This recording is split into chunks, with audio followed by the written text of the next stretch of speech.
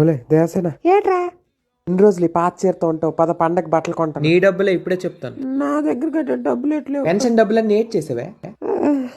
నా కొడుకు వస్తాడు కట్టప్ప. నీ కొడుకు ఎప్పుడో తమన్నాతో పచ్చబొట్టు వేసిన డ్యూయెట్లు వేసుకుంటాడు, ఒంటి మీద డిజైన్లు వేస్తాడు, బ్లౌజులు ఇప్పుతాడు. ఎంతమంది తమన్నాలు ఉన్నా సరే వాడు నా దగ్గరికి నీ ముఖం వస్తాడు, ఆడు వస్తాడని నీ బ్యూటీని మొత్తం నువ్వు వేస్ట్ చేసుకుంటున్నావు. ఒక్క ఛాన్స్ ఇవ్వచ్చు కదా, నేనంటే నీకేంటి ప్రూవ్ చేసుకుంటా.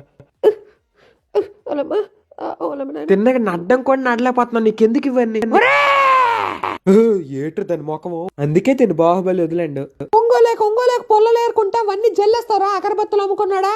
పొల్లలు నేను ఎందుకు ఏరుతాను అనుకున్నా, వంట వండడానికి పొయ్యి పేరుస్తాను. నా కొడుకు వచ్చినప్పుడు చికెన్ కర్రీ, మటన్ బిర్యానీ, పీతల కర్రీ, రొయ్యల పులుసు అన్ని వండుకొని తింటాను. వావ్. నెక్స్ట్ వచ్చేసి పెద్ద డేకిసా తెచ్చేసి పొయ్యి మీద ఎట్టేసి ఓ పక్క చికెన్, ఓ పక్క ఒకవైపు రొయ్యల కూర, ఓవైపు పీతల కూర.